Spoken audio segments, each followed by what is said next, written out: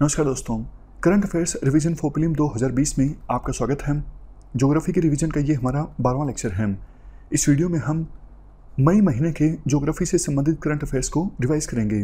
Discussion का first important article Kashmir saffron के बारे में है। सैफरन का मतलब होता है केसर। क्या कंटेस्ट है? कश्मीर सैफरन को GI टैग मिल गया है, यानी ज्योग्राफिकल इंडिकेशन टैग मिल गया है। तो कश्मीर सैफरन के बारे में हम डिस्कस करें। इसे देखो, जम्मू एंड कश्मीर में क्रेवास में कल्टीवेट किया जाता है, हार्वेस्ट किया जाता है। क्रेवास क्या है?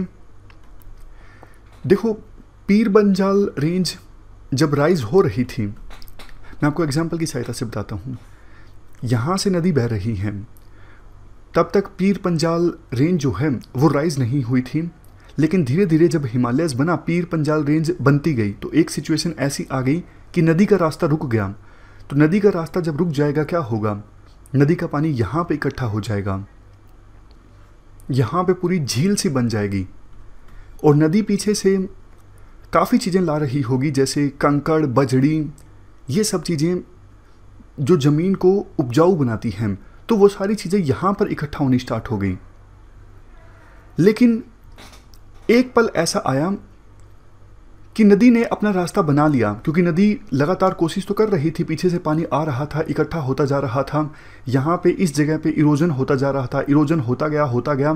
तो बाद में नदी ने अपना रास्ता बना लिया, तो यहाँ पे ज़मीन खाली हो जाएगी। मतलब जैसे ही नदी ने अपना रास्ता बनाया, लेक तो खाली हो गई, झील खाली हो गई, पानी चला गया, और पीछे क्या रह गया? पीछे रह गया डिपॉजिट्स, जो वहाँ पे जमा किया गया था नदी के द्वारा। नदी कंकड़, बजड़ी ये सब लेके आई थी, उसने लेक में जमा किया था, लेकिन लेक में अब पानी जा चुका है, तो ये सब चीज़ें रह गई हैं, और यही हैं करेवा। करेवा जम्मू एंड कश्मीर में काफ़ी ज़्यादा फेमस हैं। किस लिए? सैफरन यानी केसर की खेती के लिए। किश्तवाड़ में बहुत ज़्यादा खेती होती है सैफरन की। जो किश्तवाड़ ज़िला है जम्मू एंड कश्मीर का, इसे land of sapphire and saffron भी कहा जाता है। सैफायर मतलब नीलमणि। कश्मीर का जो सैफरन है वो पूरे वर्ल्ड में एकमात्र केसर यानी सैफरन है, जिसे 1600 से लेकर 1800 मीटर की ऊंचाई पर उगाया जाता है। इसे इंडिया में इंट्रोड्यूस किया गया था सेंट्रल एशियन माइग्रेंट्स के द्वारा 1st सेंचुरी BC में। इसे बाहुकम के नाम से भी जाना जाता है एंशिएंट संस्कृत लिटरेचर में।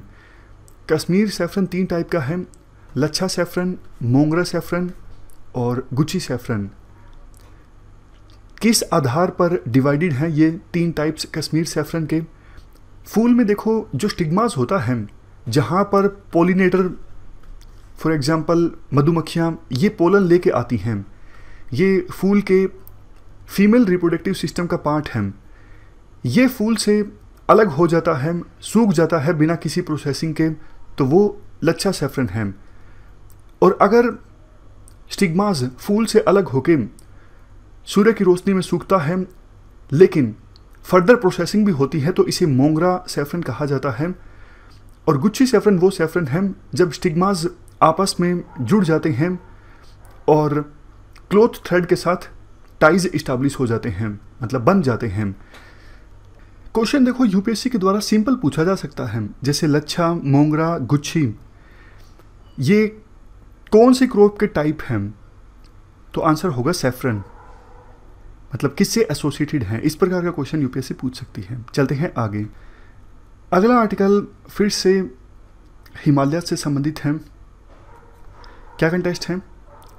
कंटेस्ट देखो ये है, Wadia institute of Himalayan geology ने लद्दाख हिमालयस में रिवर इरोजन को काफ़ी ज़्यादा डिटेल से डिस्कस किया, स्टडी किया। मतलब रिवर इरोजन की पिछले 35,000 साल की हिस्ट्री को एक्सप्लोर किया गया Wadia institute of Himalayan geology के द्वारा अपने रिसर्च में। और रिसर्च में ये पता लगा कि रिवर इरोजन का हॉटस्पॉट क्या है लद्दाख हिमालयस में। ये जो पदम वैली है ना, पदम वैली रिवर इरोजन का हॉटस्पॉट है। जंस्कर रिवर जो इरोजन करती है, वो सारा डिपॉजिट जमा होता है पदम वैली में।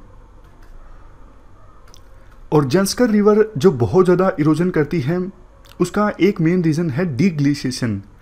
मतलब ग्लेशियर पिघलने की वजह से पानी काफ़ी आता है जंस्कर रिवर में, और जंस्कर रिवर जो है वो इरोजन करती हैं, सेडिमेंट्स जमा होते हैं कौन सी वैली में, पदम वैली में।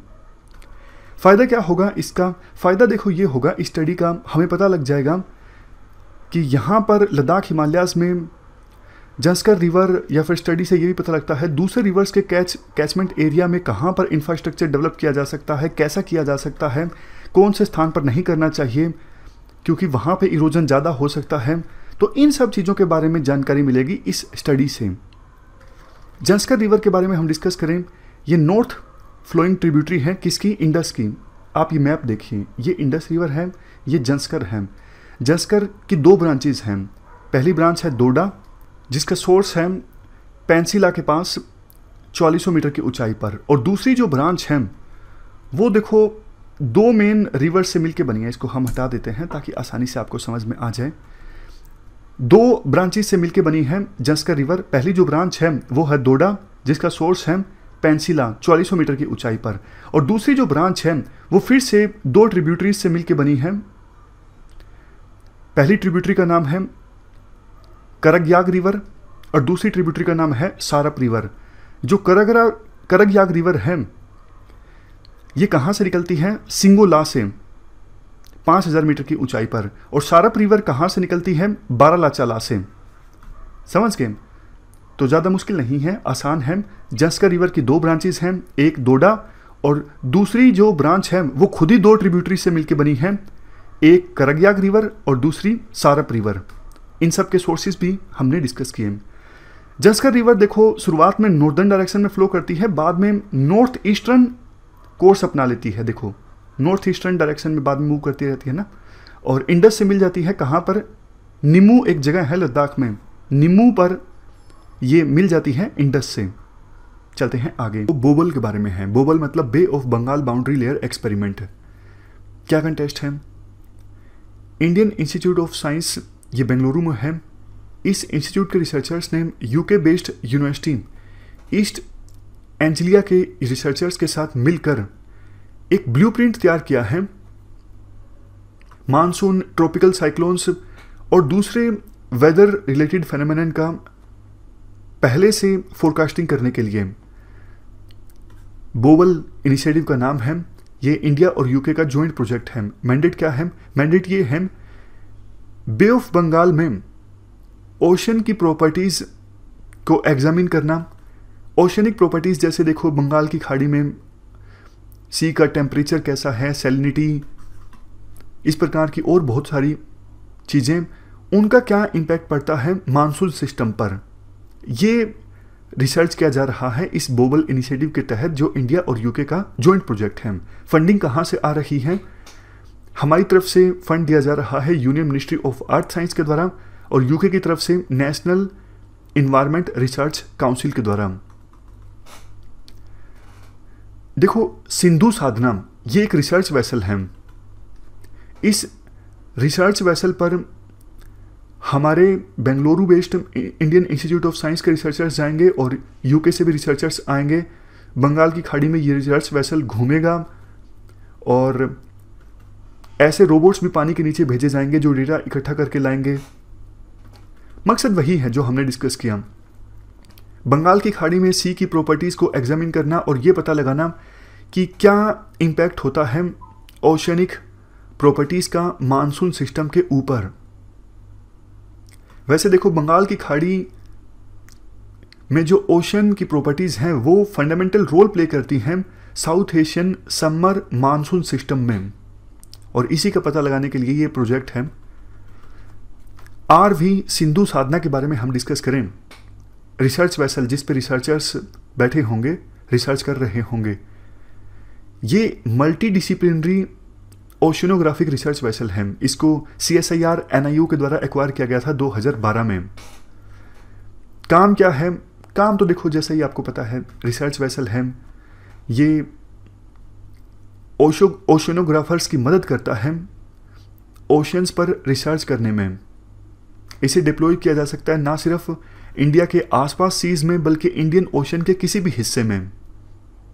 समुद्र के नीचे से किसी प्रकार का डेटा इकट्ठा करना हो या फिर समुद्र की प्रॉपर्टीज़ को ऑब्जर्व करना हो, इन सब कामों में ये जो वेसल है वो इम्पोर्टेंट रोल प्ले करता है। एक और रिसर्च वेसल जो NIO के द्वारा एक्वायर किया गया था उसका नाम है सिंधु संकल्प। लास्ट में CSIR NIO के बारे में भी आप जान लीजिए। NIO का मतलब है नेशनल इंस्टीट्यूट ऑफ ओशनोग्राफिक। ये ऑटोनोमस रिसर्च ऑर्गेनाइजेशन है जिसका काम है नॉर्दर्न इंडियन ओशन में जो स्पेशल ओशनोग्राफिक फीचर्स हैं उनकी स्टडी करना, उन पर साइंटिफिक रिसर्च करना। ओशनोग्राफिक फीचर्स जैसे टेम्परेचर, सैलिनिटी, ये सब चीज़ें। इसको इस्टेब्लिश किया गया था 1966 में। उस समय CSIR के द्वारा 37 कॉन्स्टिट्यूट लेबोरेटरीज इस्टेब्लिश की गई थी और उनमें से एक था ये इंस्टीट्यूट। हेडक्वार्टर कहाँ पर है? गोवा में। Regional centres Kochi, Mumbai, Wijk में हैं। चलते हैं आगे। नेक्स्ट आर्टिकल गिलगिट बाल्टिस्तान के बारे में है। आप एक बार इस मैप पर नज़र डाल लीजिए। देखो, वैसे तो 1947 के इंस्ट्रूमेंट ऑफ एक्सेशन के अनुसार ये पूरा जम्मू एंड कश्मीर अभी भारत के पास होना चाहिए, लेकिन अभी अगर हम बात करें जम्मू एंड कश्मीर का कौन सा पार्ट किसके पास है, ये पार्ट अभी इंडिया के पास है। ये पार्ट 1962 वार से पहले इंडिया के पास था, लेकिन 1962 के युद्ध के बाद चाइना ने ये पार्ट जबरन हमसे ले लिया, जिसे अक्साई चीन कहा जाता है। और ये ऊपर वाला पार्ट और ये यहाँ पे हरा रंग वाला पार्ट, ये दोनों पार्ट्स पाकिस्तान के पास हैं। पाकिस्तान अपने इस पार्ट को कहता है आज़ाद कश्मीर। आप कभी भी इस वर्ड को इस्तेमाल मत कीजिएगा। पाकिस्तान के द्वारा इस वर्ड का इस्तेमाल किया जाता है इस पार्ट के लिए, आज़ाद कश्मीर। हमें हमेशा आंसर्स में और वैसे भी वर्ड का इस्तेमाल करना है POK यानी पाक ऑक्यूपाइड कश्मीर। यहाँ पे जो येलो कलर का पार्ट है इसे पाकिस्तान कहता है गिलगिट बाल्टिस्तान। पाकिस्तान गिलगिट बाल्टिस्तान को कश्मीर से अलग करके दिखाता है, जबकि हमारा ये स्टैंड है कि अनडिवाइडेड जम्मू एंड कश्मीर का पार्ट है गिलगिट बाल्टिस्तान। अभी क्या हुआ है, अभी देखो पाकिस्तान की सुप्रीम कोर्ट ने पाकिस्तान की गवर्नमेंट को अलाउ कर दिया है कि आप यहाँ पर गिलगिट बाल्टिस्तान में इलेक्शंस कंडक्ट करवा सकते हो। कुछ और इन्फॉर्मेशन डिस्कस करते हैं। देखो, अगस्त में बंटवारा हुआ, इंडिया और पाकिस्तान बने, तो उस समय गिलगिट स्काउट्स के एक ब्रिटिश ऑफिसर जो थे वो वैसे तो महाराजा हरी सिंह के अंडर काम करते थे, लेकिन उन्होंने रिवोल्ट कर दिया, उन्होंने पाकिस्तान को ज्वाइन कर लिया। बाद की कहानी आपको पता है, पाकिस्तान से कबीलाई इलाके के लोग आए थे और इतने में मीनवाइल महाराजा हरी सिंह ने इंस्ट्रूमेंट ऑफ एक्सेशन साइन कर दिया था। हमने काफ़ी पाकिस्तान के इन्फिल्ट्रेटर्स को खदेड़ दिया, लेकिन बाद में सीज़ फायर साइन हो गया और यही अभी LOC है, नई लाइन ऑफ कंट्रोल है। तब से लेके अभी तक जम्मू एंड कश्मीर का एक बड़ा हिस्सा पाकिस्तान के पास है। गिलगिट बाल्टिस्तान नॉर्दर्न पाकिस्तान में है। नॉर्थ में देखो गिलगिट बाल्टिस्तान का बॉर्डर मिलता है चाइना से, वेस्ट में अफगानिस्तान से, नॉर्थ वेस्ट में तजाकिस्तान से और साउथ ईस्ट में कश्मीर से। यहाँ पर देखो ये साउथ ईस्ट है, कश्मीर से बॉर्डर मिलता है गिलगिट बाल्टिस्तान का। गिलगिट बाल्टिस्तान से चाइना पाकिस्तान इकोनॉमिक कॉरिडोर भी होकर गुजरता है। इसको लेके भी इंडिया के कंसर्न्स हैं कि वैसे ये इंडिया का हिस्सा होना चाहिए। चाइना हमसे पूछे बिना कैसे इस कॉरिडोर को डेवलप कर सकता है। गिलगिट बाल्टिस्तान में देखो 5 ऐसी माउंटेन पीक्स हैं जिनकी हाइट 8000 से ज़्यादा है और 50 से ज़्यादा ऐसी माउंटेन पीक्स हैं जिनकी हाइट 7000 मीटर से ज़्यादा है। और अगर देखो हम साउथ पोल, नॉर्थ पोल इनको छोड़ दें तो वर्ल्ड में जो लॉन्गेस्ट ग्लेशियर्स हैं उनमें से 3 ग्लेशियर यहाँ पर हैं गिलगिट बाल्टिस्तान में। पाकिस्तान ने 2017 में यह प्रपोज किया था कि गिलगिट बाल्टिस्तान को 5वां पाकिस्तान का प्रोविंस बना दिया जाए। यहाँ पर रीजनल असेंबली है और चीफ मिनिस्टर को इलेक्ट किया जाता है। तो ये हमने काफ़ी इंफॉर्मेशन डिस्कस की गिलगिट बाल्टिस्तान के बारे में। और अभी हुआ क्या है, वहाँ पर पाकिस्तान की सुप्रीम कोर्ट ने सरकार को अलाउ कर दिया है आप यहाँ पर इलेक्शंस कंडक्ट करवा लीजिए। तो हमने एतराज़ जताया है, एक्सटर्नल अफेयर मिनिस्ट्री ने कहा है पाकिस्तान स्टेटस चेंज करना चाहता है गिलगिट बाल्टिस्तान का। चलते हैं आगे। कांगड़ा टी के बारे में है। दार्जिलिंग की चाय के बारे में तो आपने काफ़ी सुना है। हमारा आज का ये जो आर्टिकल है ये कांगड़ा की टी के बारे में है। कांगड़ा कहाँ पर है? ये हिमाचल प्रदेश में है। धर्मशाला के पास कांगड़ा वैली काफ़ी फेमस है। क्या कंटेस्ट है? अभी देखो ऐसे केमिकल्स मिले हैं कांगड़ा टी में जो शरीर की इम्यूनिटी को बूस्ट कर सकते हैं कोरोना वायरस के खिलाफ जंग जीतने के लिए। इवन देखो डॉक्टर्स जो एंटी HIV ड्रग्स को सजेस्ट करते हैं कोविड-19 को ट्रीट करने के लिए, उससे भी ज़्यादा बेहतर रिजल्ट मिलते हैं कांगड़ा टी के कंज्यूम करने पर। साइंटिस्ट ने एक कंप्यूटर बेस्ड मॉडल की सहायता से कांगड़ा टी में 65 बायो एक्टिव केमिकल्स यानी पॉलीफिनोल्स को आइडेंटिफाई किया, जो ऐसे बायो एक्टिव केमिकल्स हैं कोविड-19 के वायरस वाला वो प्रोटीन जिसकी वजह से नोवल कोरोना वायरस बॉडी के सेल्स से इंटरेक्शन करता है और अपने आप को डबल करता है, उस प्रोटीन के साथ चिपक जाते हैं कांगड़ा टी के ये 65 बायो एक्टिव केमिकल्स और नोवल कोरोना वायरस के उस प्रोटीन की रफ्तार को धीमी कर देते हैं, उस प्रोटीन को एक्टिविटीज़ करने नहीं देते। अगर वो प्रोटीन काम नहीं करेगा तो नोवल कोरोना वायरस की जो रफ्तार है बॉडी में डबल होने की वो थम जाएगी। तो कांगड़ा टी के बारे में बेसिक डिटेल जानें। ये हिमाचल प्रदेश के कांगड़ा डिस्ट्रिक्ट में होती है। वैसे देखो कांगड़ा में ब्लैक टी ग्रीन टी दोनों कल्टीवेट की जाती हैं, लेकिन टोटल प्रोडक्शन में से 90% जो प्रोडक्शन होता है वो ब्लैक टी का होता है, बाकी ग्रीन टी का। ये टी काफ़ी फेमस है अपने यूनिक कलर और फ्लेवर के कारण, जो कि आता है कांगड़ा वैली की ज्योग्राफिकल प्रॉपर्टीज़ की वजह से। 2005 में GI स्टेटस दिया गया था कांगड़ा टी को। चलते हैं आगे। Next article West Bengal major irrigation and flood management project से संबंधित है। Government of India, West Bengal की सरकार, एशियन इंफ्रास्ट्रक्चर इन्वेस्टमेंट बैंक और वर्ल्ड बैंक इन सब ने एक लोन एग्रीमेंट साइन किया है इस प्रोजेक्ट के लिए, जिसका नाम है West Bengal major irrigation and flood management project. Aim क्या है? एम इस प्रोजेक्ट का ये है इरिगेशन सर्विस डिलीवरी को इम्प्रूव करना, फ्लड रिस्क मैनेजमेंट को स्ट्रेंथन करना ताकि फ्लड अगर आती है तो उसे आसानी से मैनेज किया जा सके, इरिगेशन के एरिया को एक्सपेंड किया जाए। इसके अलावा दामोदर वैली कमांड एरिया में क्लाइमेट चेंज रिजिलियंस को डेवलप किया जाए। क्लाइमेट चेंज रिजिलियंस मतलब क्लाइमेट चेंज के जो बुरे प्रभाव हो रहे हैं उनका असर ना हो और लोकल इंफ्रास्ट्रक्चर उस असर को आसानी से अडेप्ट कर ले। सिग्निफिकेंस क्या है इस प्रोजेक्ट की? ऑलमोस्ट देखो 27 लाख किसानों को फ़ायदा होगा इस प्रोजेक्ट से वेस्ट बंगाल के 5 डिस्ट्रिक्ट्स में। दामोदर वैली कमांड एरिया से संबंधित ये प्रोजेक्ट है, तो दामोदर रिवर के बारे में भी जल्दी से हम थोड़ी सी इन्फॉर्मेशन डिस्कस कर लेते हैं। ये 2 राज्यों से होकर बहती हैं दामोदर रिवर, झारखंड और वेस्ट बंगाल। कहाँ से ओरिजिनेट होती हैं? छोटानगर प्लेट्यू के प्लामू हिल्स से ये निकलती हैं झारखंड में। मेन ट्रिब्यूटरीज इस प्रकार से हैं बाराकर, कोनार, बोकारो, हाहारो, जमुनिया, घड़ी, गोया, खाड़िया और भेरा। पहले देखो इस रिवर को रिवर ऑफ सोरो के नाम से भी जाना जाता था, क्योंकि वेस्ट बंगाल के कई सारे डिस्ट्रिक्ट्स में बाढ़ आती थी इस रिवर की वजह से। लेकिन दामोदर रिवर वैली प्रोजेक्ट के बनने से अब इतनी ज़्यादा बाढ़ नहीं आती है दामोदर रिवर की वजह से। चलते हैं आगे। आर्टिकल सर्जिंग ग्लेशियर्स इन काराकोरम रेंज से संबंधित है। क्या कंटेस्ट है?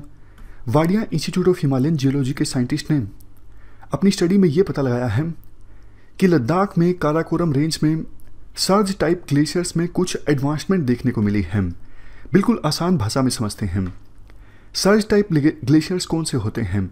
देखो यूजली आपको पता है ग्लोबल वार्मिंग के कारण ग्लेशियर जो हैं वो सिकुड़ रहे हैं। मान लीजिए ग्लेशियर है, आज ग्लेशियर का साइज इतना है, हो सकता है कुछ सालों बाद ग्लेशियर सिकुड़ के इतना रह जाए, क्योंकि बर्फ़ जो है ग्लेशियर्स की वो पिघल रही है ग्लोबल वार्मिंग की वजह से। बट सर्ज टाइप ग्लेशियर्स में क्या होता है? ग्लेशियर्स में एडवांसमेंट देखने को मिलती है।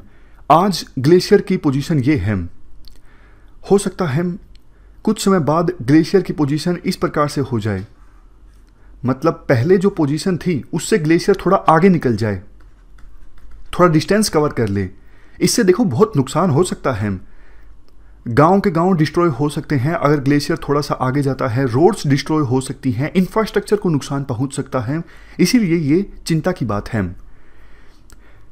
कन्वेंशनली देखो विश्वास ये किया जाता है कि ग्लेशियर के फिजिकल कैरेक्टरिस्टिक्स, थिकनेस, ग्लेशियर की शेप, ग्लेशियर जहाँ पे है वहाँ पे आसपास टेरेन कैसा है, ये सब चीज़ें डिसाइड करती हैं कि ग्लेशियर एडवांस करेगा या नहीं, यानी अपनी पोजीशन को छोड़कर आगे थोड़ा सा निकलेगा या फिर नहीं निकलेगा।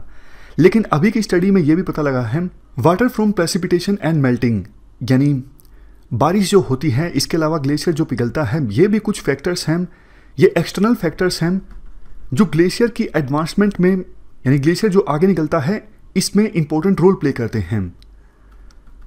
काराकोरम रेंज के बारे में हम इंपॉर्टेंट इंफॉर्मेशन जान लेते हैं। काराकोरम रेंज एक माउंटेन रेंज है जो फैली हुई है इंडिया, पाकिस्तान, चाइना के अलावा इवन अफगानिस्तान और तजाकिस्तान तक। ये स्टार्ट होती है अफगानिस्तान में वाखान कॉरिडोर से, और गिलजिट बाल्टिस्तान ये जो अभी फ़िलहाल पाकिस्तान में है, मतलब पाकिस्तान का कंट्रोल है गिलजिट बाल्टिस्तान पे, वैसे इंडिया का पार्ट है जम्मू एंड कश्मीर का। मेजॉरिटी ऑफ गिलजिट बाल्टिस्तान को कवर कर लेती है काराकोरम रेंज। साइज़ कितना है, साइज़ की बात करें, लेंथ है 482 किलोमीटर और चौड़ाई है 46 किलोमीटर से लेके 48 किलोमीटर। सिग्निफिकेंस की बात करें, काराकोरम रेंज देखो कश्मीर को चाइना और दूसरे जो साउदर्न सेंट्रल एशियन कंट्रीज़ हैं, मतलब वो सेंट्रल एशियन कंट्रीज़ जो साउथ में हैं, सेंट्रल एशिया के साउथ में हैं, उनसे कश्मीर को अलग करती हैं। मैं फिर से बोलता हूँ, चाइना और साउदर्न सेंट्रल एशियन कंट्रीज़ को कश्मीर से अलग करती है काराकोरम रेंज, और वहाँ से जो बहुत ही ठंडी साइबेरियन विंड्स आती हैं उनसे कश्मीर को प्रोटेक्ट करती हैं। वर्ल्ड में सेकंड हाईएस्ट जो माउंटेन पीक है K2 यहीं पर है। वर्ल्ड के कुछ फेमस ग्लेशियर्स जैसे सियाचिन ग्लेशियर, मासेर ब्रूम, गैसर ब्रूम, ये सब काराकोरम रेंज में हैं। लोकेशन आप काराकोरम रेंज की देख सकते हो मैप में। यहाँ पर देखो नॉर्थ वेस्ट में अफ़गानिस्तान, तजाकिस्तान से लेके उसके बाद India, Pakistan and China. Aksai चीन जो भारत का पार्ट है अभी चाइना के पास है, इसका भी काफ़ी कुछ एरिया काराकोरम रेंज में आता है। चलते हैं आगे। आर्टिकल कैलाश मानसरोवर यात्रा रूट से संबंधित है। इससे पहले हम इस रूट की बात करें, हम माउंट कैलाश के बारे में बेसिक जानकारी डिस्कस कर लेते हैं। कैलाश पर्वत जो है चाइना के तिब्बत रीजन में है। इसे भगवान शिव का निवास स्थान माना जाता है और इंडियंस के लिए बहुत इम्पोर्टेंट तीर्थ यात्राओं में से एक है कैलाश पर्वत की यात्रा करना। और ना सिर्फ देखो हिंदुइज्म बल्कि जैनिज्म और बुद्धिज़्म में भी काफ़ी पवित्र माना गया है कैलाश पर्वत को। हर साल ministry of external affairs Kailash Mansarovar यात्रा ऑर्गेनाइज करवाती है। अब बात करते हैं रूट की। अगर ये चाइना में है तो इंडिया से तीर्थयात्री कौन से रूट होकर जाते हैं कैलाश पर्वत पर? इंडिया से कैलाश पर्वत की यात्रा करने के लिए मेनली देखो दो रूट्स हैं, एक तो नथुला पास से होकर और दूसरा लीपू लेक पास से होकर। डिफरेंस ये है, अगर हम नथुला पास से होकर माउंट कैलाश तक जाते हैं तो ज़्यादातर जो हमें यात्रा है वो चाइना में करनी पड़ती है, और अगर हम लीपू लेक पास से होकर जाते हैं तो ज़्यादातर यात्रा हमें इंडिया में ही करनी होती है। बट दिक्कत ये है कि पहले यहाँ पर रोड नहीं हुआ करता था, तो यात्रा में टाइम भी काफ़ी लगता था और यात्रा काफ़ी ज़्यादा कठिन भी होती थी। लेकिन अब एक अच्छा काम हुआ है, यहाँ पर एक लिंक रोड डेवलप कर दिया गया है। कहाँ से कहाँ तक? ये देखो डॉटेड लाइन में ये जो रोड है ना, ये लिंक रोड अब डेवलप कर दिया गया है। इसलिए लीपू लेक से होकर अगर हम कैलाश पर्वत तक जाते हैं तो यात्रा 6 दिनों तक कम हो गई है और यात्रा काफ़ी सुगम भी हो गई है। बट प्रॉब्लम ये है, हमने 80 किलोमीटर का ये रोड अभी डेवलप कर लिया है और इनाग्रेशन के बाद हमारे जो राजनाथ सिंह हैं, डिफेंस मिनिस्टर हैं, उन्होंने इस रोड का इनाग्रेशन किया वीडियो कॉन्फ्रेंसिंग के माध्यम से। उसके बाद नेपाल ने अपना प्रोटेस्ट रजिस्टर करवाया कि इस रोड का कुछ हिस्सा जो है वो काला पानी में आता है और काला पानी नेपाल में है। काला पानी को देखो, काला पानी को लेकर नेपाल और इंडिया के बीच में डिस्प्यूट है। इतना बड़ा डिस्प्यूट नहीं है जितना मीडिया बहुत ज़्यादा बढ़ा चढ़ा के बता रही है। सिर्फ ये शायद 35 किलोमीटर स्क्वायर का एरिया है जिसको लेके डिस्प्यूट है। एग्जैक्टली आप चेक कर लीजिएगा, शायद जितना मुझे याद है 35 किलोमीटर स्क्वायर का है। तो इसको लेके डिस्प्यूट है, कोई बहुत बड़ा ये एरिया नहीं है कि जिसको लेके दोनों देशों में डिस्प्यूट हो। अब देखो, नेपाल को अगर शिकायत थी ही सही तो पहले दर्ज करवाता। 80 किलोमीटर का रोड जब इंडिया ने बना लिया बहुत मुश्किलों के बाद, मतलब रोड आप इस तस्वीर से देख सकते हो कि रोड कितना ज़्यादा कठिनाई से ये बनाया गया है। हेलीकॉप्टर्स की सहायता से क्रेन यहाँ पर ले जाई गई और बहुत खर्चा भी आया, तब जाके ये रोड बना। लेकिन बनने के बाद नेपाल ने अपना प्रोटेस्ट रजिस्टर करवाया, क्योंकि नेपाल की पॉलिटिक्स का ये नेचर है। जैसे देखो, इंडिया में पाकिस्तान को लेकर काफ़ी राजनीति होती रहती है। एक पार्टी दूसरे पे आरोप लगाती है कि आप पाकिस्तान का साथ दे रहे हो, आप पाकिस्तान की भाषा बोल रहे हो। उसी प्रकार से नेपाल की राजनीति में इंडिया को लेके बहुत राजनीति होती है। एक पार्टी दूसरे पे आरोप लगाती है कि आप इंडिया की कठपुतली बन रहे हो, इंडिया हम पे डोमिनेंस इस्टेब्लिश कर रहा है, आप कुछ नहीं कर रहे हो। तो इंडिया से हेट्रेड की राजनीति चलती है नेपाल में, और इसी वजह से अभी नेपाल में ये मुद्दा काफ़ी हावी हो गया है। और जब ये रोड बना तो नेपाल में कुछ प्रोटेस्टर्स ने प्रोटेस्ट किया। अब खबर आई है नेपाल ने अपनी और ज़्यादा फोर्सेस को तैनात किया है इस लिपू लेक पास के पास। अब देखो, इस रोड के बारे में कुछ बेसिक इन्फॉर्मेशन है। ये रोड बनाया गया है BRO के द्वारा। ये रोड जो है पिथौरागढ़ तवाघाट गाटिया बागड़ रोड का एक्सटेंशन है। 80 किलोमीटर का रोड है। 6000 फीट से लेके 17060 फीट की ऊंचाई पर यह रोड बिल्ड किया गया है। कहाँ से ओरिजिनेट होता है? गाटिया बागड़ उत्तराखंड से ये ओरिजिनेट होता है और ख़त्म होता है लिपू लेक पास तक। लिपू लेक पास जो है वो गेटवे है, मतलब कैलाश मानसरोवर की यात्रा अगर इस रूट से करनी है तो गेटवे है लिपू लेक पास। इस रूट से लोकल इकोनॉमी को भी काफ़ी बूस्ट मिलेगा, लोकल ट्रेड ज़्यादा होगा। अगर देखो, इस रूट से अब हम कैलाश पर्वत की यात्रा पर जाते हैं तो 84% यात्रा इंडिया में है, 16% सिर्फ चाइना में है, जबकि दूसरी यात्राओं में 80% ट्रैवल हमें चाइना में करना पड़ता है। वैसे देखो, एक रूट और भी है कि हम काठमांडू होकर जाएं, लेकिन काठमांडू होकर जाएंगे कैलाश पर्वत की यात्रा पर तो बल्कि और भी ज़्यादा दूर पड़ता है। तो इसलिए यही रूट बेस्ट है, रोड बनने से और भी बेस्ट हो जाएगा। अब एक क्वेश्चन अटेम्प्ट कीजिए, आप जल्दी से इस क्वेश्चन को पढ़ लीजिए, क्योंकि मैं पढ़ूंगा तो काफ़ी टाइम जाएगा। पॉज करके आप इस क्वेश्चन को जल्दी से पढ़ लीजिए। होप आपने इस क्वेश्चन को पढ़ा होगा और तीनों स्टेटमेंट्स के बारे में आपको पता है। देखो, पहली स्टेटमेंट बिल्कुल सही है, अभी अभी हमने डिस्कस किया। लिपू लेक एक लिंक प्रोवाइड करता है उत्तराखंड और तिब्बत के बीच। इस रूट को इस्तेमाल किया जाता है कैलाश मानसरोवर तीर्थयात्रियों के द्वारा। दूसरी स्टेटमेंट गलत है। दूसरी स्टेटमेंट का पहला जो पार्ट है ये तो ठीक है कि नथुला पास एंशियंट सिल्क रूट की एक ब्रांच है, बट दूसरी स्टेटमेंट का जो दूसरा पार्ट है कि ये अरुणाचल प्रदेश को लहासा से जोड़ता है, ये गलत है। नथुला जोड़ता है सिक्किम को तिब्बत से, ना कि अरुणाचल प्रदेश को तिब्बत से। और तीसरी स्टेटमेंट बिल्कुल सही है, जेलेपला पास जो है ये सिक्किम भूटान बॉर्डर पर है, जो कि चुम्बी वैली के नज़दीक है। तो इस क्वेश्चन का आंसर हो जाता है C, 1 और 3 ओनली। चलते हैं आगे। नेक्स्ट आर्टिकल मैपिंग से संबंधित है। देखो, पिछले एक हफ्ते में इंडिया और चाइना की जो फोर्सेस हैं दो जगहों पर आमने सामने आ गई, एक नकुला सेक्टर और दूसरा यहाँ पर देखो पेंगोंग तसो लेक। इन दोनों के बारे में मैपिंग से संबंधित क्वेश्चन यूपीएससी पूछ सकती है। नकुला सेक्टर कहाँ पर है? ये देखो सिक्किम में है। सिक्किम में और भी पासिस हैं, जैसे नथुला जिसके बारे में हमने कल ही डिस्कस किया था, और एक जेलेपला पास भी सिक्किम में है। लेकिन बात अभी नथुला पास या फिर जेलेपला पास की नहीं है, नकुला पास की है। ये समुद्र लेवल से, मतलब सी लेवल से 5000 मीटर की हाइट पर है। और तीस्ता रिवर का जो सोर्स है मुगुथांग या फिर छो लामू, इससे आगे बढ़ता है ये नकुला। मुगुथांग के पास, मतलब मुगुथांग पर चाइना की साइड जो रोड है वो तो देखो अच्छी बनी हुई है, वहाँ पे गाड़ियाँ चल सकती हैं, लेकिन मुगुथांग के पास इंडिया की साइड जो रोड है वो बिल्कुल टूटी फूटी पड़ी है, यहाँ पर गाड़ियाँ नहीं चल सकती। इसके बाद बात करें पेंगोंग तसो लेक के बारे में, यहाँ पर भी इंडिया और चाइना की फोर्सेस आमने सामने आई। ये लोकेशन देख लीजिए पेंगोंग तसो लेक की, और ये लोकेशन है नकुला सेक्टर की, ये सिक्किम में है। देखो पेंगोंग तसो लेक जो है ये सी लेवल से 4350 मीटर की हाइट पर है। ये यूनियन टेरिटरी ऑफ लद्दाख में है।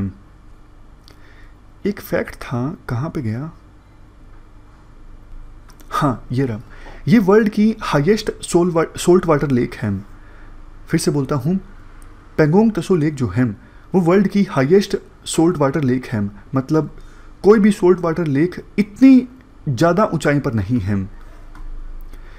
टोटल 160 किलोमीटर लंबी है ये लेक। इस प्रकार से है शेप। 2/3 एरिया जो है इस लेक का वो चाइना के पास है और 1/3 एरिया अभी इंडिया के पास है। चलते हैं आगे। नेक्स्ट आर्टिकल रिवर नीला के बारे में है। रिवर नीला के बारे में वैसे आपने कम सुना होगा, लेकिन रिवर नीला को भारता पूजा के नाम से भी जाना जाता है। आमतौर पर जब इस रिवर का नाम आता है, लिखा जाता है, तो भारता पूजा ही लिखा जाता है। रिवर नीला तो मतलब आज ही देखने को मिला है, तो कंफ्यूज मत होइएगा, रिवर नीला ही भारता पूजा है। हुआ क्या, हाल ही में देखो अपना देश वेबिनार का 17वां सेशन ऑर्गेनाइज हुआ। टाइटल था एक्सप्लोरिंग रिवर नीला। देखो अपना देश, देखो मिनिस्ट्री ऑफ टूरिज्म का एक प्रोग्राम है हमारे देश में टूरिज्म को प्रमोट करने के लिए। तो हम बात करें रिवर नीला यानी रिवर भारता पूजा की। ये केरला की सेकंड लॉन्गेस्ट रिवर है पेरियार रिवर के बाद। कहाँ से निकलती है? तमिलनाडु में अन्नामलाइस में थिरुमूर्ति हिल्स से ओरिजिनेट होती है रिवर नीला। ये इंटरस्टेट रिवर है, तमिलनाडु में भी है, केरला में भी है, और काफ़ी सारे डिस्ट्रिक्ट्स के लिए ये जो रिवर है लाइफलाइन का काम करती है, क्योंकि पीने का पानी उपलब्ध करवाती है। जैसे मालापुरम, थ्रीसुर, पलक्कड़, कोयम्बटूर, तिरुपुर, ये डिस्ट्रिक्ट्स कुछ केरला में है, कुछ तमिलनाडु में है। जैसे मालापुरम, थ्रीसुर और पलक्कड़ ये केरला में है, कोयम्बटूर, तिरुपुर ये तमिलनाडु में है। ये रिवर देखो केरला की एकमात्र ऐसी रिवर है जो पलक्कड़ गैप से होते हुए वेस्टर्न घाट के लैंडमार्क्स को कवर करती हैं, और नीचे ये ट्रिब्यूटरीज हैं भारता पूजा रिवर की यानी रिवर नीला की।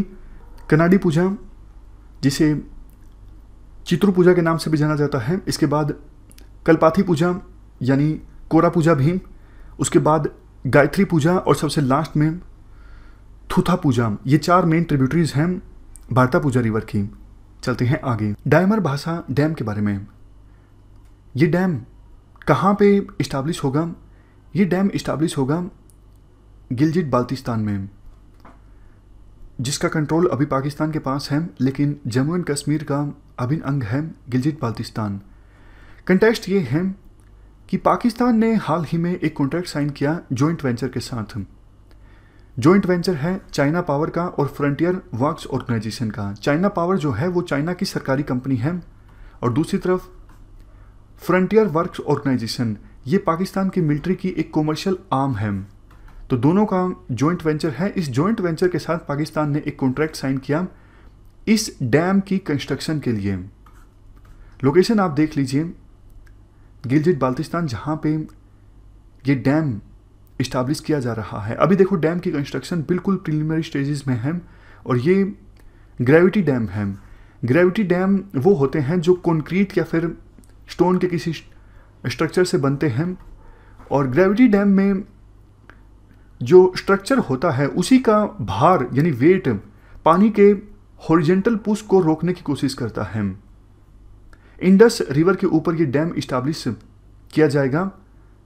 2 डिस्ट्रिक्ट्स के बीच में है ये डैम, कोहिस्तान डिस्ट्रिक्ट खैबर पख्तूनवा में और गिलजिट बाल्टिस्तान में डायमर डिस्ट्रिक्ट। इन दोनों डिस्ट्रिक्ट्स के बीच ये डैम इस्टाब्लिश होगा, और डैम के नज़दीक एक साइट है जिसका नाम है भाषा, इसलिए डैम का पूरा नाम उस छोटी सी जगह की वजह से पड़ जाता है डायमर भासा डैम। सुर्खियों में ये प्रोजेक्ट इसलिए आया है क्योंकि इंडिया ने प्रोटेस्ट रजिस्टर करवाया है। इंडिया ने कहा है ये जो एरिया है ये भारत का अभिन्न अंग है, तो पाकिस्तान ने ये जो कॉन्ट्रैक्ट दिया है ये गलत है। कुछ समय पहले हमने न्यूज़ डिस्कस की थी, आपको याद होगा।